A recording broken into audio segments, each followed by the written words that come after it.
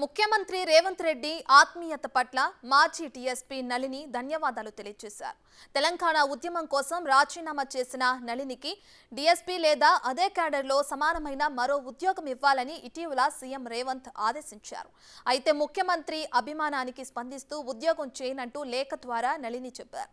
జీవితంలో అష్ట కష్టాలు ఎదుర్కొని చివరికి బ్రాహ్మణిగా మారానని వెల్లడించారు. ప్రస్తుతం సనాతన ధర్మం పాటిస్తున్నందున మరో మార్గం వైపు మరలే ఆలోచన లేదన్నారు. వేద ప్రచారకురాలిగా వైదిక ధర్మాన్ని ప్రచారం చేయడమే తన కర్తవ్యమని చెప్పారు. అయితే తొందరలోనే ముఖ్యమంత్రిని కలిసేందుకు అవకాశం ఇవ్వాలని లేఖలో కోరారు. చాలా ఇబ్బంది పెట్టింది.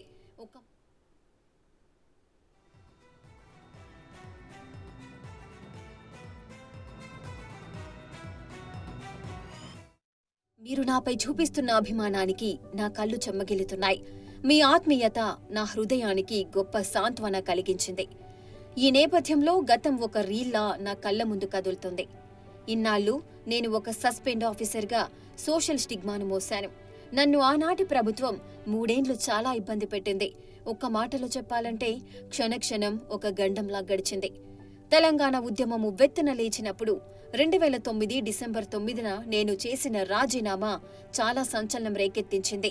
అదే రాత్రి చిదంబరం గారు చేసిన ప్రకటన ఉద్యమాన్ని చప్పున చల్లార్చింది. నాటి సీఎం రోశయ్య గారు మహిళా దినోత్సవం రోజున నాకు నా ఉద్యోగాన్ని కానుకగా తిరిగిస్తున్నట్లు ప్రకటిస్తే రాజీనామా విత్డ్రా చేసుకుని డిపార్ట్మెంట్లో చేరా. నా జీవితంలో నేను చేసిన అతి పెద్ద తప్పు అదే. 18 నెలలు పద్మ వ్యూహంలో చిక్కుకున్నట్లు నేను ఎదుర్కొన్న ఒత్తిడి, అవమానాలు నాకు బ్యూరోక్రసీపైనే నమ్మకం పోయేలా చేశాయి. ఉమెన్ ప్రొటెక్షన్ సెల్లో పోస్టింగ్ ఇచ్చి నాకు ఛార్జ్ మెమోలిచ్చి ఎక్స్ప్లెనేషన్స్ రాయమనడం, యాన్యువల్ కాన్ఫిడెన్షియల్ రిపోర్ట్స్లో అడ్వర్సరీ మార్క్ రాయడం, బ్యాచ్లో నా ఒక్కదానికే ప్రమోషన్ ఆపేయడం, ప్రొబేషన్ పీరియడ్ ఎక్స్టెండ్ చేయడం వంటివి చాలా చేశారు. నన్ను ఒంటరిని చేసి కానిస్టేబుల్ కంటే హీనంగా ట్రీట్ చేశారు. ఈ విషయాలన్నీ నన్ను ఆనాటి సీఎం కిరణ్ కుమార్ రెడ్డి గారికి మొర్రపెట్టుకునేలా చేశాయి. ఉమ్మడి రాష్ట్రంలో నాకు వారి అపాయింట్మెంట్ కూడా దొరకలేదు. బయట ఉద్యమ నాయకులను సంప్రదిస్తే వాళ్లు నాకు సహాయం చేయకపోగా ఎగతాళి చేశారు.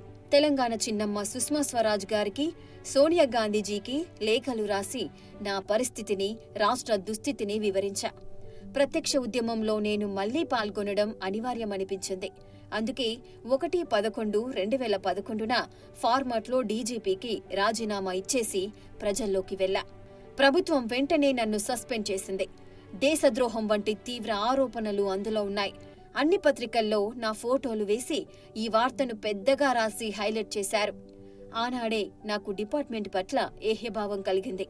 సుష్మా స్వరాజ్ గారు నల్గొండ సభకు ఆ రోజే రావడం, నన్ను అర్థం చేసుకుని అక్కున చేర్చుకోవడం కాస్త సాంత్వన చేకూర్చింది. నాలోని ఒక డైనమిక్ కమిటెడ్ ఆఫీసర్ను ఆ రోజే హత్య చేశారు. 12 ఏళ్లు పూర్తయిన తర్వాత తెలంగాణ మూలాలు గల ఒక సీఎంగా మీరు నా కేసును ఎగ్జిక్యూషన్ చేస్తున్నారు. చాలా చాలా సంతోషం. ఇన్నాళ్లకు నా పోరాటాన్ని, సంఘర్షణను జనం తెలుసుకునే ఒక సందర్భం సృష్టించారు. మీకు నా హృదయపూర్వక కృతజ్ఞతలు. తెలంగాణ ఉద్యమంలో బతికి బయటపడి సర్వస్వం కోల్పోయిన వాళ్లలో నేను ముందు వరుసలో ఉన్నానన్న విషయం మీ ద్వారా ప్రజలకు అర్థమైంది. నిజం నిలకడ మీద తెలుస్తుందని నిరూపణైంది. ఉద్యమంలో నేను నిర్వహించిన కీలక పాత్ర నన్ను ప్రజలకు దగ్గర చేసింది. కానీ నా బంధుమిత్ర పరివారం మాత్రం నన్ను వెలివేశారు. సొలిటరీ కన్ఫైన్మెంట్ అనే శిక్షను 10 ఏళ్లు అనుభవించా. పర్యవసానంగా ఇల్లు, కుటుంబం, ఆరోగ్యం, మనశ్శాంతి అన్నీ కోల్పోయా. తీవ్ర ఇబ్బందులు ఎదుర్కొన్నా. జీవోత్సవంలా బతికా. 2 ఏళ్ల క్రితం దేవుడి దయ వల్ల నా జీవితంలోకి మహర్షి దయానంద సరస్వతి ప్రవేశించారు. వేదమాత, యజ్ఞదేవతలు నాలో తిరిగి ప్రాణం పోశారు. అందుకే నేను నా జీవితాన్ని ఆ మహనీయుని చరణాలకు సమర్పించుకున్నా. జీవితంలో 10 జన్మలకు సరిపడా కష్టాలు పడ్డా. చాలు, ఇంక నేను ఎవరికోసం ఎటువంటి త్యాగము చేయలేను. జన్మరాహిత్యం కోసం అష్టాంగయోగ మార్గంలో నడుస్తున్నా. వేద ప్రచారకురాలిగా, వైదిక యజ్ఞ బ్రహ్మగా సనాతన ధర్మాన్ని ప్రచారం చేయడమే నా ముందున్న కర్తవ్యం. దీనివల్ల నా ఆత్మ ఉన్నతితో పాటు సమాజ ఉన్నతికి కూడా పాటుపడొచ్చు. కాబట్టి నా పంథా మార్చుకోలేను.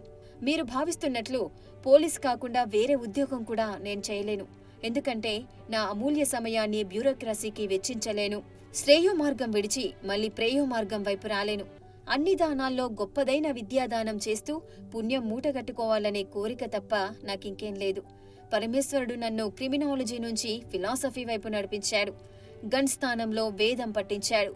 నా వాణిలో మాధుర్యం నింపి నన్ను ఆచార్యను చేశాడు. నా ప్రస్థానం చాలా సంఘర్షణమయం, వేదనాభరితం. ఈ ఉద్యోగం నుంచి నన్ను ఎవరూ సస్పెండ్ చేయలేరు. నేను దీనికి రాజీనామా చేయాల్సిన పరిస్థితులు ఎన్నడూ కలగవు. అంతిమంగా నేను సీఎం అయిన మిమ్మల్ని కోరేదేంటంటే, నాపై కరుణ చూపి స్టేటస్ కోకు అనుమతించండి. నాలా ఇంకే ఆఫీసర్ పోలీసు డిపార్ట్మెంట్లో ఇబ్బందులు పడకుండా తగిన చర్యలు తీసుకోండి. మీలో మంచి స్పార్క్ ఉంది. మీ నుంచి చక్కని పాలన ఆశించవచ్చు అనిపిస్తోంది. మానవ సంబంధాలన్నీ ఆర్థిక సంబంధాలే అని నా జీవితంలో రుజువైంది. నాలో లోకేషణ, విత్తేషణలు కూడా పోయాయి. నాకు మీరు న్యాయం చేయాలి అంటే నాకు ఉద్యోగం ఇవ్వడానికి బదులు ధర్మ ప్రచారానికి ఉపయోగపడేలా ఏదైనా సహాయం చేస్తే స్వీకరిస్తాను. ఎందుకంటే మీరు రాజు, నేను బ్రాహ్మణిని. మీరిచ్చే ప్రభుత్వ ఫండ్ను నేను స్వతంత్రంగా ఉంటూనే ఒక వేద, యజ్ఞ, సంస్కృత సంబంధ ధార్మిక కేంద్ర ఏర్పాటుకు వినియోగిస్తాను. ఇట్లు ఒక సనాతని డి నళిని ఆచార్య, యజ్ఞ బ్రహ్మ, వేద ప్రచారకురాలు.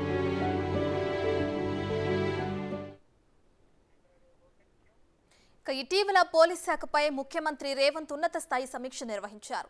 పోలీస్ సంక్షేమం గురించి మాట్లాడుతూ డీఎస్పీ నళిని గురించి వివరాలు అడిగారు. రాష్ట్ర సాధన కోసం డీఎస్పీ పదవి త్యాగం చేసిన నళిని గురించి సమాచారం కోరారు. నళినికి పోలీస్ శాఖలోనే డీఎస్పీ ఉద్యోగం ఇవ్వాలని సూచించారు. ఒకవేళ పోలీసు నియమావళి ప్రకారం కుదరకపోతే డీఎస్పీ హోదాకు సమానమైన ర్యాంకులో ఇతర శాఖలో ఉద్యోగం ఇవ్వాలని చెప్పారు. అందుకనుగుణంగా తక్షణమే ఏర్పాట్లు చేయాలని ముఖ్యమంత్రి స్పష్టం చేశారు.